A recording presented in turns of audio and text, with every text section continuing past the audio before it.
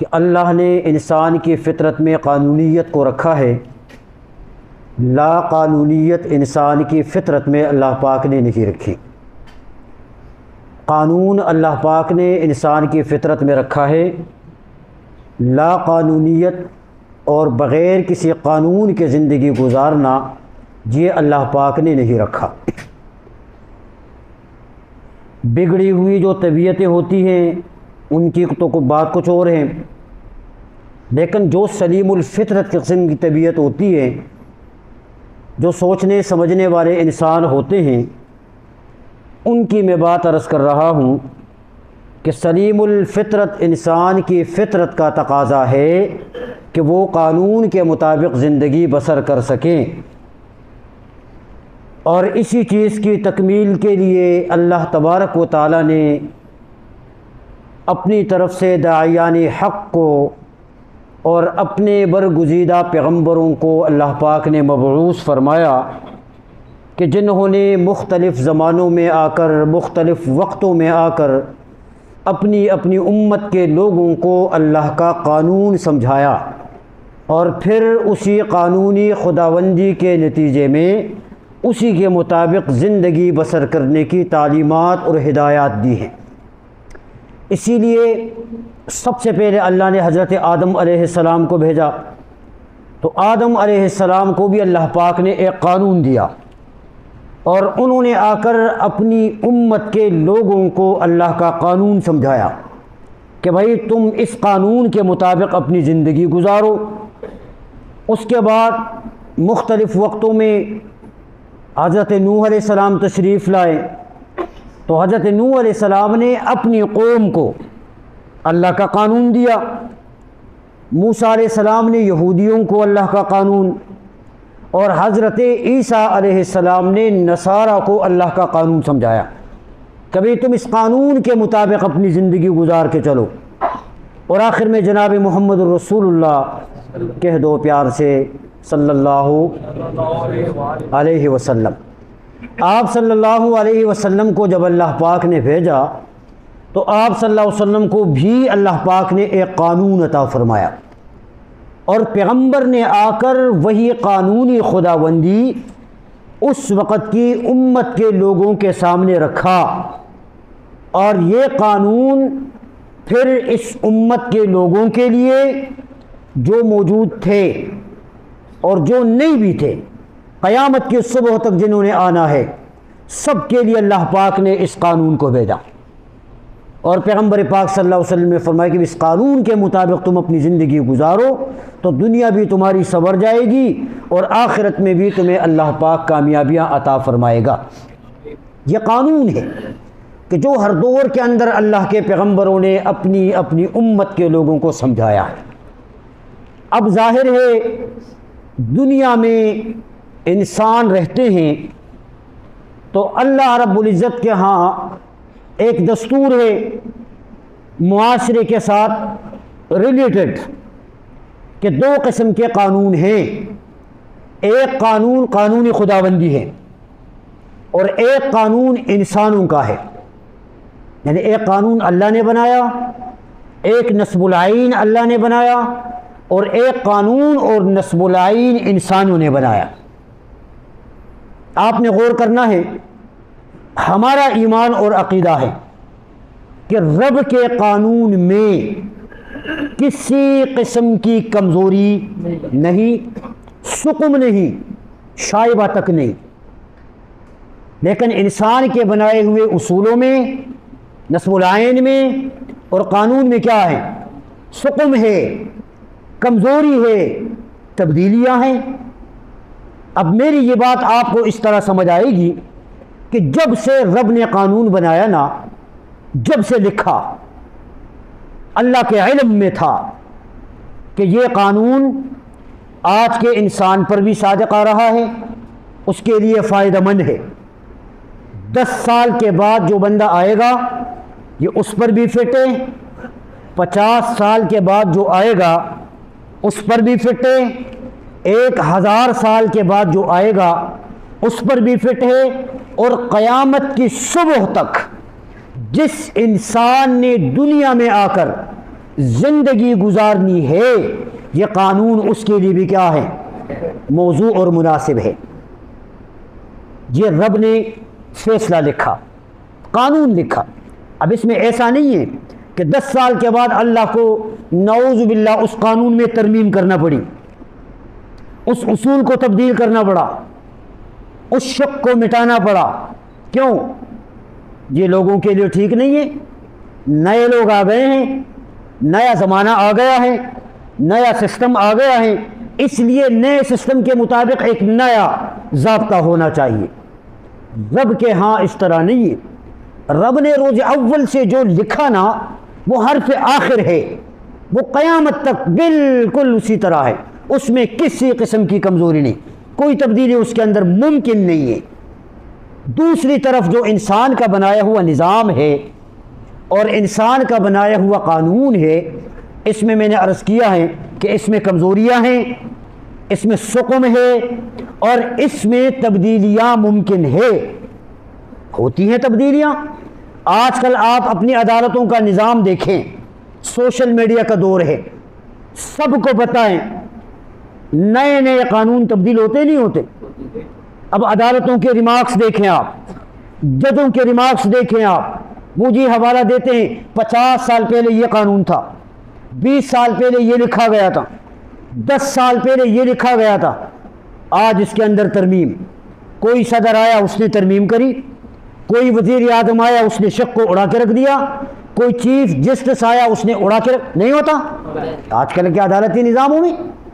اس سے بات سمجھ آ جانی چاہیے کہ انسان کے بنائے ہوئے قانون میں کمزوری ہے، اس میں سقم ہے، اور اس میں تبدیلیاں ممکن ہے، لیکن رب کے قانون میں تبدیلی ممکن نہیں ہے، اس میں کوئی کمزوری، اس میں کوئی سقم بالکل نہیں۔ اب یہ دو قسم کے قوانین آ گئے، دو قسم کے نصب العین آ گئے۔ دنیا کے اندر جتنے نظام چلتے ہیں نا، آپ توجہ کریں، 3 قسم کے نظام اس وقت رائج ہیں، 3 قسم کے۔ ایک نظام جسے کمیونزم اور سوشلزم کہتے ہیں، دوسرا جو نظام ہے وہ سرمایہ دارانہ نظام ہے، اور تیسرا نظام اسلامی نظام ہے۔ اس چیز کو سمجھنے کی ضرورت ہے کہ یہ جو کمیونزم اور سوشلزم کیا ہے۔ ان کے ہاں جو اصول تھا نا، اور ہے بھی، ان کا مقصد کیا ہے؟ ان کا مقصد یہ ہے کہ دنیا میں تمام فرد انسانی میں یکسانیت ہو، اس میں برابری ہو، غریب اور امیر کا فرق نہ ہو، مالدار، طاقتور اور کمزور کا فرق نہ ہو، انفرادی جو قوت ہے وہ ختم ہو، اجتماعیت آ جائے، شخصی ملکیت ختم ہو، قومی ملکیت آ جائے۔ جن کا مقصد ہے، انہوں نے یہ فلسفہ دیا دنیا کو کہ غریب اور امیر کا فرق ختم ہو کر دونوں ایک صف میں آ کر کھڑے ہو جائیں۔ کوئی فلسفہ اچھا ہے یا نہیں ہے؟ مقصد اچھا ہے یا نہیں ہے؟ بولو یار، غریب امیر کا فرق ختم ہو جائے، اونچ نیچ کا فرق ختم ہو جائے، بات تو اچھی ہے نا۔ لیکن جب یہ فارمولہ آیا نا دنیا کے سامنے، تو پھر اسے دنیا نے مکمل طور پہ تسلیم نہیں کیا۔ اس میں پھر آگے جا کے 2 فرقے بنے، 2 طبقے بنے اس میں، جن میں سے ایک طبقے کا نظریہ یہ تھا کہ یہ جو فلسفہ سامنے آیا ہے اس کو اب عملی شکل دینا ہے۔ شکل کیا ہوگی؟ یہ تاریخ پڑھنے والے میرے دوست جانتے ہوں گے، بھئی اس کی صورت یہ ہوگی جو عملی ایک صورت ہے کہ جو آدمی جو کمانا چاہے، جس طرح کمانا چاہے، جتنا کمانا چاہے، اس کے لیے کوئی روک ٹوک نہ ہو، منع کرنے والا کوئی نہ ہو، روکنے والا کوئی نہ ہو۔ جہاں سے کمائے وہ، جس انداز سے کمائے وہ، جس طریقے سے کمائے وہ، اور جتنا کمائے وہ، کوئی روک ٹوک نہ ہو۔ اور حکومت وقت ایسے آدمی کی کمر پر ہاتھ رکھ کر سپورٹ کرے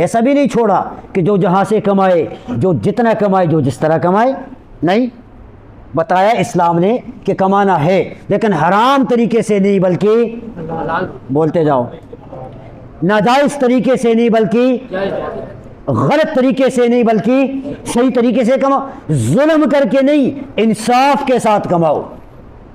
اسلام نے حکم دیا ہے یہ کہ بھئی یہ مطلب نہیں ہے کہ تم بالکل آزاد ہو، جس طرح تمہیں دل میں آئے، جس طرح تمہاری طبیعت چاہے بس تم اسی طریقے سے کر کے پیسے بناؤ اور پیسے کم، نہیں، طریقہ بتایا اسلام نے، لائن بتائی اسلام نے، اور ایک رخ متعین کیا ہے کہ بھی تم یہ کام کرو اور یہ کام تم نہ کرو۔ بات صاف ہوئی نہیں ہوئی؟ دوسرا جو طبقہ تھا اس نے کہا بھی سود کے ذریعے سے بڑھاؤ، سود کے ذریعے سے۔ آج کل کہتے ہیں نا لوگ، سود کے بغیر مارکیٹ نہیں چلتی، ادارہ نہیں چلتا، فیکٹری نہیں چلتی، مل نہیں چلتا، نظام نہیں چلتا جب تک کہ سود نہ کیا جائے۔ کہتے نہیں کہتے؟ یار ہمارا چھوٹا سا دکاندار بھی اگر سرمایہ لگاتا ہے نا تو اللہ معاف کرے بہت کم ایسے ہوں گے کہ جو اس لعنت سے بچ چکے ہوں گے، نہیں ہے تو اکثر اس سمندر کے اندر غرق ہے۔ بڑے بڑے لوگوں کی تو بات چھوڑ دیں آپ، اور سود کی لعنت آپ سمجھ رہے ہیں، نسلوں تک اس کی قباحت چلتی ہے۔ رسول نے فرمایا کہ جو شخص سود کا ایک پیسہ کھائے نا، جس کا گناہ اتنا ہے کہ جس طرح وہ اپنی سگی ماں کے ساتھ منہ کالا کرتا ہے۔ سگی ماں کے ساتھ منہ کالا کرنے کا گناہ کم ہے، اور سود کا ایک پائی کھانے کا گناہ یہ زیادہ ہے۔ اب آپ اندازہ لگائیں آج کل سود کی لعنت کتنی عام ہو گئی ہے، ہمارا نظام اس کے بغیر نہیں چلتا۔ تو قرآن نے آ کر اس عقیدے کی نفی کر دی بھائی۔ قرآن نے کہا احل اللہ البیع وحرم الربا، خرید و فروخت اللہ نے حلال قرار دی ہے لیکن سود کو اللہ نے حرام قرار دیا ہے، سود نہ کرو۔ اور سود کرنے والا ایسا ہے جیسا کہ یہ اللہ اور اس کے رسول کے ساتھ محبت کرتا ہے۔ کیا کرتا ہے؟ جنگ کرتا ہے۔ تو ہے کسی میں طاقت کے جو اللہ سے جنگ کرے؟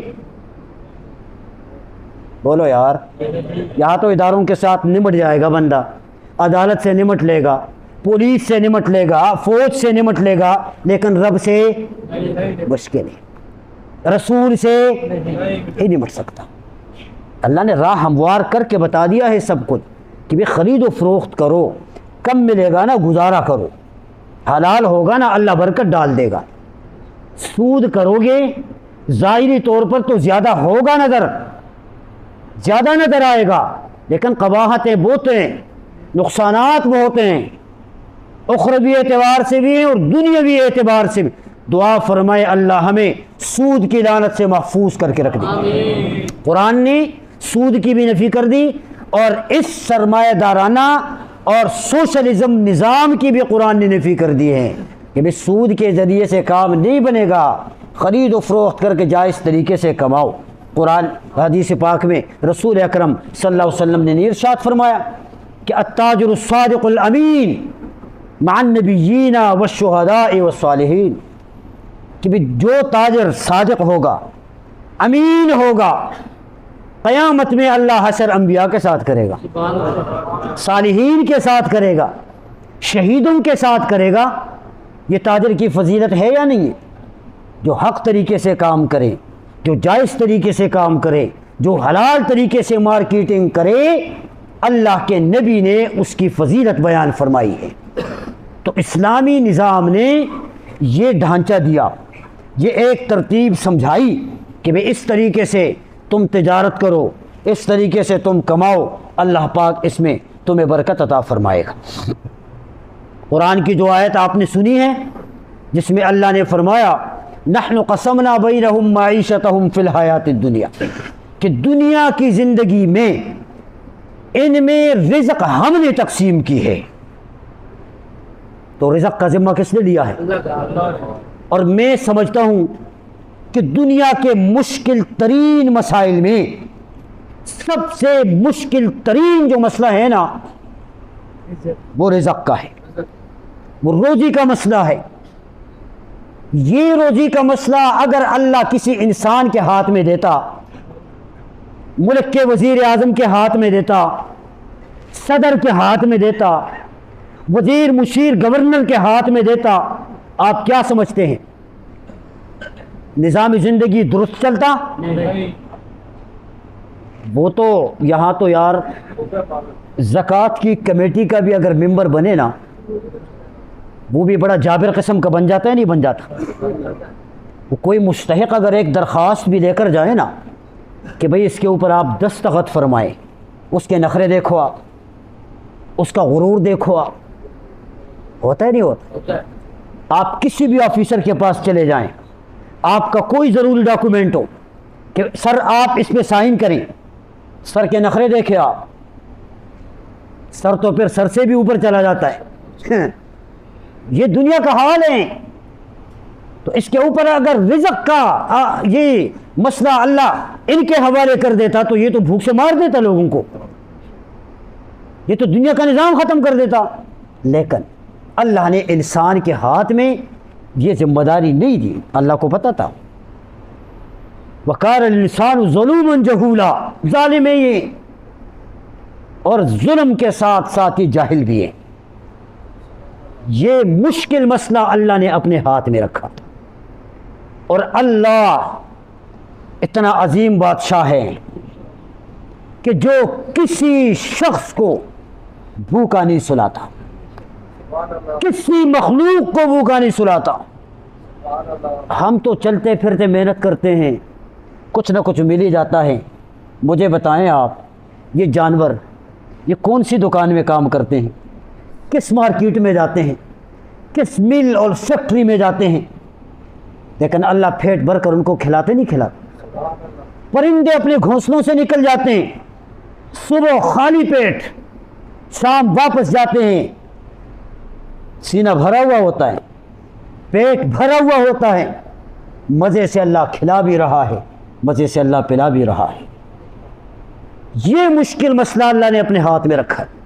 وَمَا مِن دَابَّةٍ فِي الْأَرْضِ إِلَّا عَلَى اللَّهِ رِزْقُهَا، جتنے زمین پر چلنے والے ہیں سب کی روزی کا ذمہ اللہ نے اپنے اوپر لیا ہے۔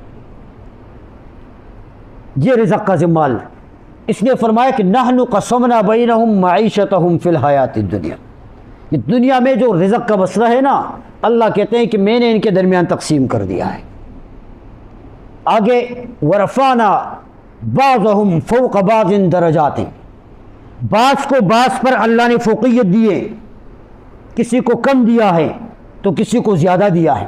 کوئی لاکھوں میں کھیل رہا ہے، کوئی اربوں میں کربوں میں کھیل رہا ہے، کوئی کروڑوں سے کھیل رہا ہے، اور کوئی غربت کی چکی میں پس کر اللہ کا ذکر کر رہا ہے۔ کسی کو اتنا دیا کہ اسے پتہ نہیں، کوئی ایسا بنایا جو ایک نوالے کے لیے محنت کر کے ترستا ہے، کسی کو کم دیا، کسی کو زیادہ دیا۔ یہ تفریق کس نے پیدا کی ہے؟ اللہ نے۔ فرق اللہ نے رکھا، کیوں؟ اس کا بھی جواب آیت میں، لِيَتَّخِذَ بَعْضُهُمْ بَعْضًا سُخْرِيًّا، اس لیے یہ فرق اللہ نے رکھا ہے تاکہ تم ایک دوسرے کے کام آ سکو۔ جی، ایک دوسرے کے کام آ سکو۔ کوئی بندہ کسی بندے سے مستغنی نہیں ہے۔ بادشاہ کو بادشاہی مبارک ہو،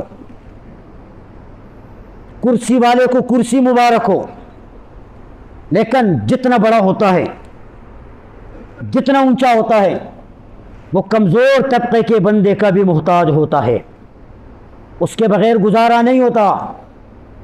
جو دیہات میں رہتے ہیں نا، یہ شہری لوگ دیہات والوں کے محتاج ہیں، اور جو دیہات والے ہیں وہ شہر میں رہنے والوں کے محتاج ہیں۔ جو کرسی پر بیٹھا ہوا ہے وہ ایک عام طبقے سے تعلق رکھنے والے بھنگی کا بھی محتاج ہے، اور بھنگی بادشاہ کا محتاج ہے۔ تفصیل آپ کو ساری ذہن میں آ گئی ہوگی۔ وہ جو دیہات میں رہتے ہیں، دیہات میں وہ سہولتیں تو نہیں ہوتی نا جو شہروں میں ہوتی ہیں۔ کارخانے دیہاتوں میں تو نہیں ہوتے، فیکٹریاں دیہاتوں میں نہیں ہوتی، پیداوار، مصنوعات، ان چیزوں کی یہ ساری چیزیں دیہاتوں میں نہیں۔ دیہاتی کرتا کیا ہے؟ لکڑی کاٹتا ہے، محنت مزدوری کرتا ہے، پیسے کما کما کے شہر میں آتا ہے، دکان سے اپنے لیے سودا سلف لیتا ہے، اپنی ضرورت کی چیزیں لیتا ہے، تو شہر والوں کا محتاج ہوا نہیں ہوا؟ شہر والے دیہات والوں کے محتاج ہوتے ہیں، دودھ وہاں، گھی وہاں، اور اچھی اچھی چیزیں وہاں، صبح کو دیہاتی اپنے کندھے پر لاد کر وہ شہر میں لے کے آتا ہے، شہر والے خرید کر اسے استعمال کرتے ہیں۔ یہ ہر دو طرف لوگ ایک دوسرے کے محتاج ہیں۔ جو بادشاہ کرسی پہ بیٹھا ہوا ہے نا، اس کے گھر کا اگر واش روم بند ہو جائے وہ خود اپنے ہاتھ سے صاف کرتا ہے؟ کس کو بلاتا ہے؟ وہ بھنگی کو بلاتا ہے۔ اب بادشاہ کو بھنگی کی ضرورت پڑی نہیں پڑی، اور بھنگی کو پیسہ کمانے کے لیے بادشاہ کی ضرورت پڑ جاتی۔ یہ ہر دو طرف اللہ نے ایک کو دوسرے کا محتاج بنایا ہوا ہے۔ یہ فرق اللہ پاک نے اس لیے رکھا تاکہ تم باز کے کام آ سکو۔ اس پر فخر بھی نہ کرو کہ میں کوئی اتنے ہائی لیول کا ہوں، یہ تو غریب ہے چلتا کر دیں اس کو، نہیں۔ آج اللہ نے جس منصب پر بٹھایا ہے اور جو غرور اور فخر اپنا ایک ذہن میں رکھا ہوا ہے، غریب آدمی کو غربت کی نگاہ سے دیکھتا ہے، اللہ اس پر بھی قادر ہے کہ کل کو اسی غریب کو تمہاری جگہ بٹھا دیں اور تمہیں اس غریب کی جگہ پہ کھڑا کر دیں۔ یہ تو اللہ کی قدرت ہے، یہ تو اللہ کا نظام ہے۔ وَتِلْكَ الْأَيَّامُ نُدَاوِلُهَا بَيْنَ النَّاسِ۔ یہ وقت کا جو اونچ نیچ ہے نا، وقت یہ اونچ نیچ اللہ نے اس کو رکھا ہے۔ کسی کے اوپر اچھے دن آ جاتے ہیں تو کسی کے اوپر برے دن آ جاتے ہیں، سارا کچھ اللہ کے ہاتھ میں ہے۔ آج کل آپ جس نشست میں بیٹھ جائیں، جس محفل میں آپ چلے جائیں، راہ چلتے ہوئے، دکانوں میں، یا بازاروں میں، یا نشستوں میں، کہیں پر بھی ایک ہی ایشو پر بات ہوتی ہے، اور وہ کیا ہے؟ مہنگائی بہت زیادہ ہو گئی، مہنگائی کمر توڑ مہنگائی ہے، جینا حرام کر دیا ہے، تکلیف ہے، مصیبت ہے۔ یہ مسئلہ ہے یا نہیں ہے؟ ہے نا؟ وہ جن کے ساتھ ہے کم از کم وہ تو جواب دیں۔ ہے نا؟ سب کے ساتھ ہیں۔ میں ایک حدیث آپ کے سامنے عرض کر کے بات ختم کروں گا کہ یہ مہنگائی کیوں ہے، یہ پریشانی کیوں ہے، اس مہنگائی اور پریشانی سے نکلنے کا سبب، راستہ اور طریقہ کیا ہے؟ آپ کی توجہ ہے؟ سب کی ہے؟ حدیث پاک آپ کو سنانے جا رہا ہوں۔ حضرت عبداللہ ابن عمر رضی اللہ تعالی عنہما ارشاد فرماتے ہیں کہ ایک مرتبہ آقا کریم صلی اللہ علیہ وسلم مہاجرین کی طرف متوجہ ہوئے، اور متوجہ ہو کر آپ نے ارشاد فرمایا کہ اے مہاجرین، 5 باتیں ہیں، 5 پر میں اللہ سے ڈرتا ہوں کہ تم ان 5 باتوں میں، چیزوں میں مبتلا ہو جاؤ۔ میں اللہ سے ڈرتا ہوں، پناہ مانگتا ہوں کہ کہیں تم ان 5 چیزوں میں مبتلا نہ ہو جاؤ۔ پیغمبر پاک صلی اللہ علیہ وسلم نے فرمایا کہ پہلی چیز اور پہلی بات یہ ہے کہ جب کسی قوم میں بدکاری اعلانیہ ہو جائے تو اللہ اس پر طاعون اور اس جیسی بیماریاں مسلط کر دیتا ہے کہ ایسی بیماریاں پہلے لوگوں پر اللہ نے مسلط نہیں کی ہوتی۔ نمبر 2، فرمایا کہ جب کسی قوم میں ناپ تول میں، جب کوئی قوم ناپ تول میں کمی کرنے لگ جائے تو اللہ اس پر قحط سالی، معاشی تنگی اور ظالم حکمرانوں کو مسلط کر دیتا ہے۔ اور تیسرے نمبر پر فرمایا کہ تیسری بات یہ ہے کہ جب کوئی قوم اپنے مالوں میں زکوٰۃ ادا نہیں کرتی، اللہ بارشیں آسمان سے برسانا روک دیتا ہے۔ اور چوتھے نمبر پر فرمایا کہ چھوٹی بات یہ ہے کہ جب لوگ اللہ اور اس کے رسول کے حکم کی خلاف ورزی کر کے عہد و پیمان کو توڑ دے تو ایسے دشمن کو اللہ مسلط کر دیتا ہے کہ جو کچھ پھر ان لوگوں کے پاس ہوتا ہے وہ چھین کے چلا جاتا ہے۔ اور 5ویں نمبر پر فرمایا کہ جب حکمران اللہ رسول کے حکم اور فیصلوں کے مطابق فیصلے نہ کرے، ان کے دلوں میں اللہ اختلاف ڈال دیتا ہے۔ کتنی باتیں ہو گئی؟ 5 باتیں ہو گئی ہیں۔ اب میں مختصر وقت میں یہ عرض کر رہا ہوں کہ آج ہم بحیثیت قوم دیکھیں، یہ 5 جو باتیں ہیں، یہ 5 جو چیزیں ہیں، اور آج کل کی جو مہنگائی ہے، جو ایک پریشانی ہے، اس کی وجہ آپ کو اس میں نظر آ جائے گی۔ پہلے نمبر پر پیغمبر پاک صلی اللہ علیہ وسلم نے فرمایا کہ بھی جب اعلانیہ طور پر بدکاری عام ہو جائے تو طاعون اور ایسی بیماریاں مسلط ہو جاتی ہیں کہ پہلے لوگوں کے اوپر نہیں مسلط ہوئی ہوتی۔ وہ آج کل دیکھیں نا آپ، اسپتالوں کے چکر ہم کاٹتے ہیں کہ کتنی قسموں کی بیماریاں نکل کے آتی ہیں، ڈاکٹر بھی سر پکڑ کے حیران ہو جاتے ہیں کہ ساری مشینری ہماری فیل ہو گئی ہیں، بھئی علاج کی تشخیص نہیں ہو پا رہی، نہیں پتہ چلتا کہ یہ بیماری ہے تو کیا بلا ہے۔ آج کل ہوتا نہیں ہوتا بدکاری، اس کا نتیجہ کیا بنا؟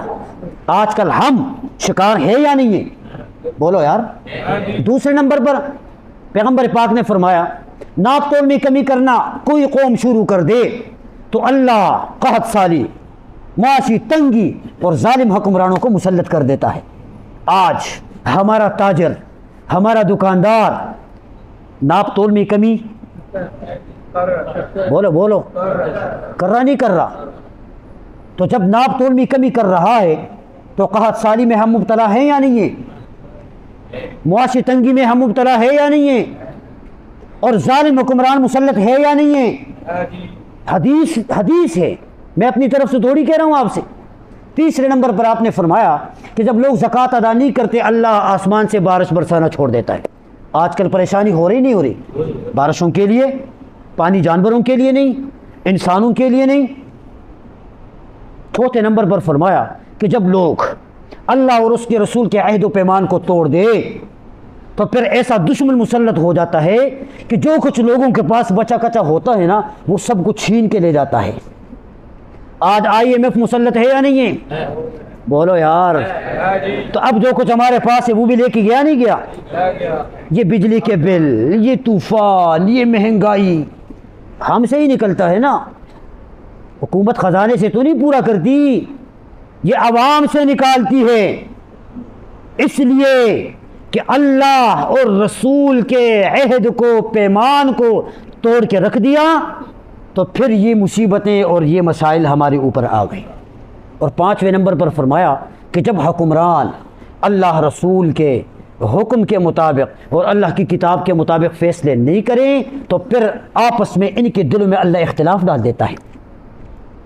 آج کل دیکھو عدالتی نظام، دیکھو کیا ہو رہا ہے۔ ہمارا عدالتی نظام رب کے قرآن کے مطابق فیصلہ کرتا ہے؟ نہیں کرتا۔ عدالتیں بک گئی ہیں، وہاں ظلم ہے، فتنہ ہے، رب کے حکم کی نافرمانی ہے، تو ہمارے حکمران ایک دوسرے کو گلے لگاتے ہیں اور نہیں لگاتے؟ پیار اور محبت ہے یا نہیں ہے؟ ارے کچھ نہیں ہے، اختلاف ہے۔ اللہ نے دل میں اختلاف ڈال دیا ہے، گالیاں دیتے ہیں ایک دوسرے کو، پتہ نہیں کیا کچھ کہتے رہتے ہیں ایک دوسرے کو۔ بھئی حکمران کا کام کیا تھا کہ ملک کے بگڑے ہوئے نظام کو صحیح کرے، اس بھور میں پھنسی ہوئی کشتی کو سہارا دے کر کنارے لگا دے، عوام کو ریلیف سہولت دے، لیکن وہ تو آپس میں لگے ہوئے ہیں۔ لیکن بیک پہ آپ چلے جائیں گے تو آپ کو وجہ نظر آ جائے گی کہ بھی رب کے حکم کی خلاف ورزی ہو رہی ہے، تو اس لیے اللہ نے دلوں میں اختلاف پیدا کر دیا ہے۔ اب نکلنے کا ہمارے پاس راستہ کیا ہے؟ 2 منٹ میں وہ بھی ذرا سن لیں۔ سب سے پہلا راستہ اس پریشانی سے نکلنے کا یہ ہے کہ بھئی اجتماعی طور پر توبہ اور استغفار کریں۔ اجتماعی طور پر کیا کریں؟ توبہ اور استغفار کریں۔ ہمارے پاس اس کے علاوہ بچنے کا کوئی راستہ نہیں ہے۔ ہماری آواز کسی جگہ نہیں چلتی، ہم کس عدالت کا دروازہ کھٹکھٹا کے رکھیں؟ یہاں تو جو لوگ انصاف کے لیے جاتے ہیں دروازہ کھٹکھٹاتے ہیں ان کو بھگایا جاتا ہے، ہماری کون سنے بھائی؟ اگر فریاد سننے والی ذات ہے تو وہ ایک اللہ کی ذات ہے۔ توبہ اور استغفار۔ امام حسن رحمۃ اللہ رضی اللہ تعالیٰ عنہ کے پاس ایک شخص آیا، اس نے آ کے کہا حضرت بہت زیادہ پریشانی ہے، میں کیا کروں؟ آپ نے فرمایا کہ استغفار کرو۔ اس نے کہا حضرت مجھے پریشانی یہ ہے کہ مجھ پر قرضہ چھڑ گیا ہے، کیا کروں؟ فرمایا استغفار کرو۔ پھر اس شخص نے کہا کہ مال کی کمی ہے، فرمایا استغفار کرو۔ بچے نہیں ہیں، استغفار کرو۔ کہا بارش نہیں برستی، استغفار کرو۔ باغات میں پھلوں کے اندر نقصان ہو رہا ہے، استغفار. مختلف لوگ آ کے سوالات کرتے رہے یہی، اور آپ نے یہی فرمایا کہ بھئی استغفار کرو. تو کسی نے پوچھا کہ حضرت سائلین بہت سارے آ گئے، اور آپ نے جواب ایک ارشاد فرمایا. فرمانے لگے کہ میں اپنی طرف سے نہیں کہہ رہا، ان تمام مسائل کا حل اللہ نے قرآن میں بیان کیا ہے. فرمایا فَقُلْتُ اسْتَغْفِرُوا رَبَّكُمْ إِنَّهُ كَانَ غَفَّارًا، استغفار کرو رب معاف کر دے گا. وَيُرْسِلِ السَّمَاءَ عَلَيْكُمْ مِدْرَارًا، استغفار کرو اللہ آسمان سے بارش بھی برسا دے گا. وَيُمْدِدْكُمْ بِأَمْوَالٍ وَبَنِينَ، استغفار کرو مال بھی اللہ دے گا، اولاد بھی اللہ دے گا. وَيَجْعَلْ لَكُمْ جَنَّاتٍ وَيَجْعَلْ لَكُمْ أَنْهَارًا، استغفار کرو باغات بھی اللہ پاک عطا فرمائے گا، اور نہروں کے اندر بھی پانی اللہ پاک کثرت کے ساتھ پیدا فرمائے گا. استغفار ہے. سب سے پہلا سبب یہ ہے اس مصیبت سے نکلنے کے لیے کہ ہم کیا کریں؟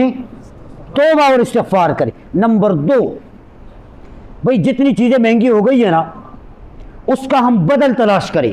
بدل ایک چیز ہے وہ بہت زیادہ مہنگی ہے، لیکن اگر ہماری ضرورت دوسری چیز سے پوری ہو سکتی ہے تو مہنگی چیز کو ہم چھوڑ دیں اور سستی چیز کو ہم لے لیں. حضرت علی رضی اللہ تعالیٰ عنہ کے پاس ایک شخص آیا، اس نے کہا کہ حضرت آج کل کشمش بہت زیادہ مہنگا ہو کے اس کا ریٹ بڑا بڑھ گیا ہے، کیا کریں ہم؟ آپ نے فرمایا کون سی قیامت آئے گی، کشمش چھوڑ دو، اس کی جگہ کھجور کھانا شروع کر دو. نمبر 3، تیسری وجہ یہ ہے کہ جتنی چیزیں مہنگی ہیں نا، ان مہنگی چیزوں کو ہم چھوڑ دیں، اس کو خریدنا چھوڑ دیں ہم. حضرت ابراہیم ابن ادہم رحمۃ اللہ علیہ کے پاس ایک شخص آیا اور آ کر اس نے کہا کہ حضرت گوشت بڑا مہنگا ہو گیا ہے، کون سے دور ہو گیا ہے، کیا کریں؟ ابراہیم ابن ادہم رحمۃ اللہ علیہ نے فرمایا کہ بھئی تم گوشت کو خریدنا چھوڑ دو، کم پر گزارا کرو. جب مہنگی چیز کو خریدنا چھوڑو گے نا، مارکیٹ میں اس کا ریٹ کیا ہو جائے گا؟ خود بخود کم ہو جائے گا، مارکیٹ بیٹھ جائے گی، اور پھر کچھ دن کے بعد مسئلہ ٹھیک ہو جائے گا. لیکن آج کل ہم کرتے کیا ہیں؟ آج کل ہم کرتے یہ کہ جو چیز مہنگی ہے نا ہم وہی لیں گے، سستی چیز کو ہم ہاتھ بھی نہیں لگائیں گے، پھر کہتے ہیں مہنگائی ہے بہت زیادہ. نمبر 4 یہ ہے کہ ذخیرہ اندوزی سے اجتناب کیا جائے. ذخیرہ اندوزی سے، یہ جتنے بھی دکاندار میرے ساتھی بیٹھے ہیں یہ آج عہد کر لیں کہ بھئی ذخیرہ اندوزی کو ترک کریں. سمجھتے ہیں نا آپ؟ یہ بات بڑی کڑوی سی لگ رہی ہوگی آپ کو، لیکن پیغمبر پاک صلی اللہ علیہ وسلم نے فرمایا نہى النبی صلی اللہ علیہ وسلم عن النجش، نہى النبی عن الاحتکار. ذخیرہ اندوزی سے پیغمبر نے منع فرمایا ہے. ذخیرہ اندوزی میں ہوتا کیا ہے؟ آپ کے پاس ایک چیز آ گئی، سستے داموں آپ نے خرید لی، اور خرید کر آپ نے اسے اسٹور کر کے اسٹاک کر لیا. آپ کا ذہن یہ ہے کہ کل کو جب مہنگائی بڑھے گی، اس چیز کا ریٹ جب بڑھے گا نا پھر ہم اس کو اوپن کریں گے. تو ہم نے اگر 10 میں لی ہیں تو 50 میں پھر لوگ لے لیتے ہیں آرام سے. لیکن اس میں آپ کا ذاتی فائدہ تو ہو گیا، لیکن عوامی نقصان اس میں ہو گیا. اور شریعت کا ضابطہ یہ ہے کہ اپنے نقصان کو برداشت کرو عوام کے فائدے کے لیے. کتنی اچھی بات ہے. 5ویں نمبر پر فرمایا کہ بھئی اس کا جو سبب دھوکہ دہی، اس سے ہم اجتناب کریں.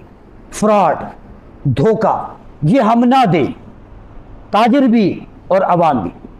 آج کل آپ دیکھیں ایک ریڑھی والا وہ بھی روڈ کے اوپر کھڑا ہوگا نا، وہ بھی آپ اس کے پاس چلے جائیں گے، اول تو یہ ہے کہ اس چیز تک آپ کا ہاتھ پہنچنا یہ بہت مشکل ہے.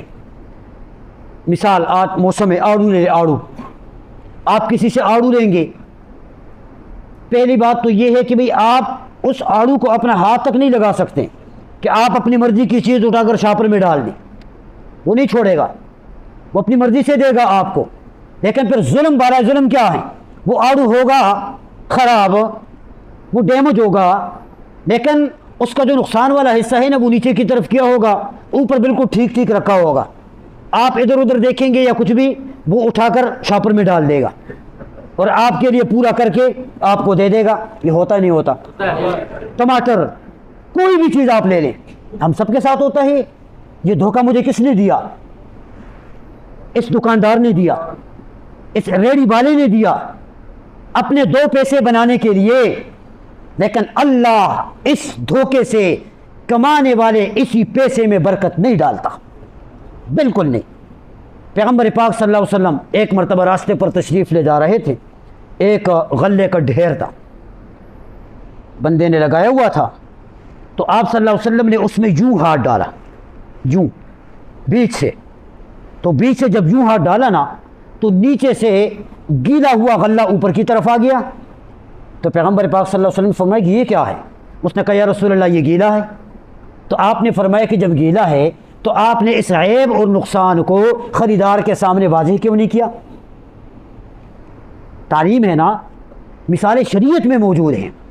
دھوکے سے اجتناب کریں، ان ساری چیزوں کے اوپر اگر ہم عمل کریں گے نا تو اللہ اس مصیبت سے اور اس پریشانی سے ہم سب کو نکالنے میں ہمیں کامیاب کر دے گا۔ اللہ پاک ہم سب کے لیے آسانیاں فرمائیں۔ وآخر دعوانا الحمدللہ رب العالمین۔